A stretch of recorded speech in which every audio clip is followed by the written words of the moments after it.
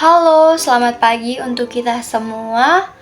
Apa kabar adik-adik semua? Apakah semua dalam keadaan baik? Ya, baik. Jadi ibu harap kita semua dalam keadaan baik ya. Oke, berikutnya apakah semua sudah siap untuk mengikuti pembelajaran kita pada pagi hari ini? Tentunya siap ya adik-adik. Nah, sebelum kita memulai pembelajaran kita pada hari ini, Ibu minta satu orang berdoa untuk agar kita dapat memulai pembelajaran kita. Baik, selanjutnya Ibu akan mengecek kehadiran, jadi mohon untuk didengarkan namanya dengan baik ya. Selanjutnya yaitu mari kita semua bangkit berdiri bersama untuk menyanyikan lagu wajib nasional Satu Nusa Satu Bangsa.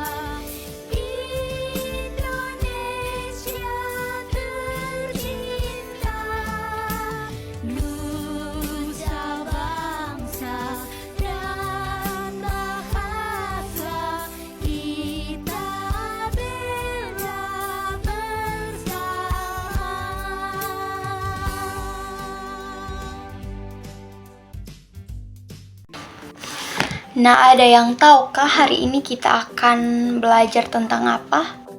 Materi kita pada pagi hari ini yaitu tentunya mata pelajaran IPA dengan materi siklus air. Jadi di sini ada yang sudah tahu atau ada yang sudah pernah dengar apa itu siklus air, dan juga mungkin ada yang tahu tahapannya.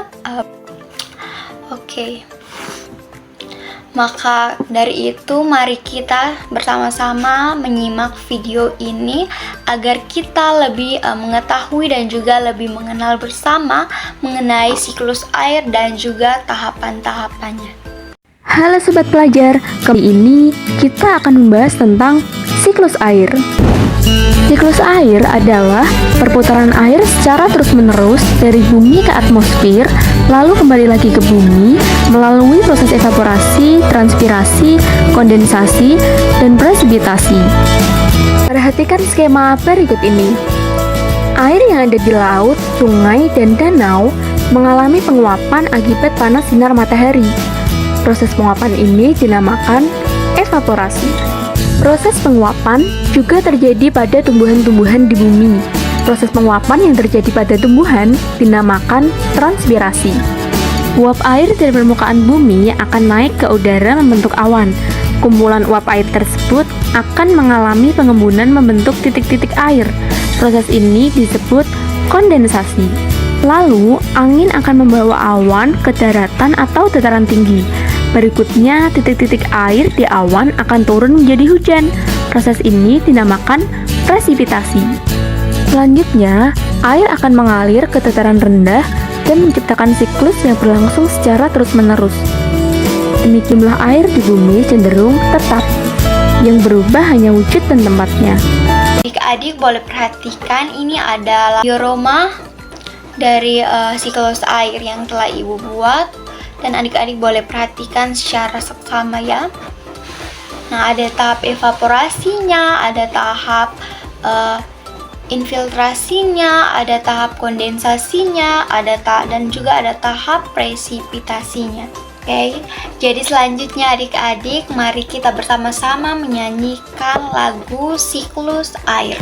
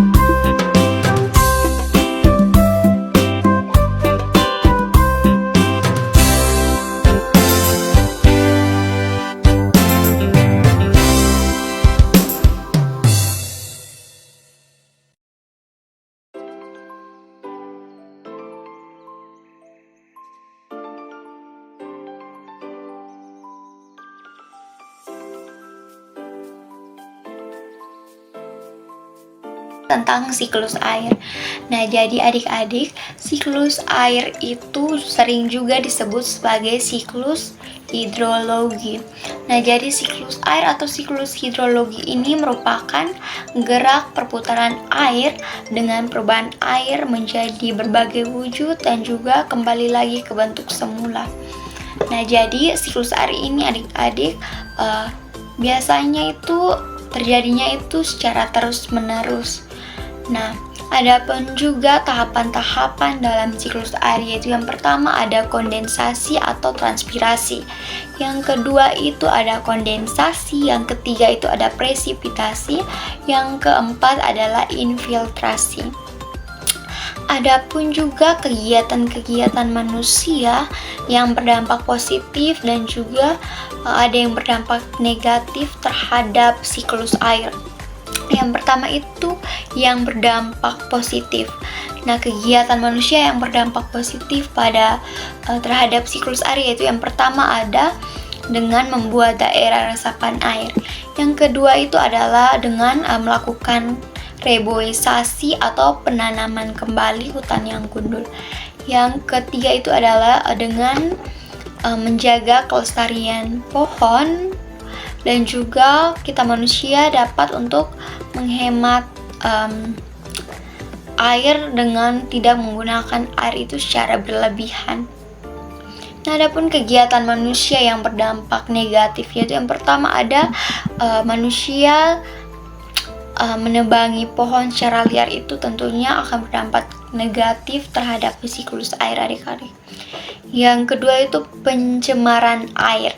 Seperti kalau adik-adik buang sampah di sungai, itu merupakan pencemaran air dan itu tentunya sangat-sangat tidak baik adik-adik. Itu tindakan yang sangat tidak diperbolehkan karena itu dapat berdampak negatif terhadap siklus air.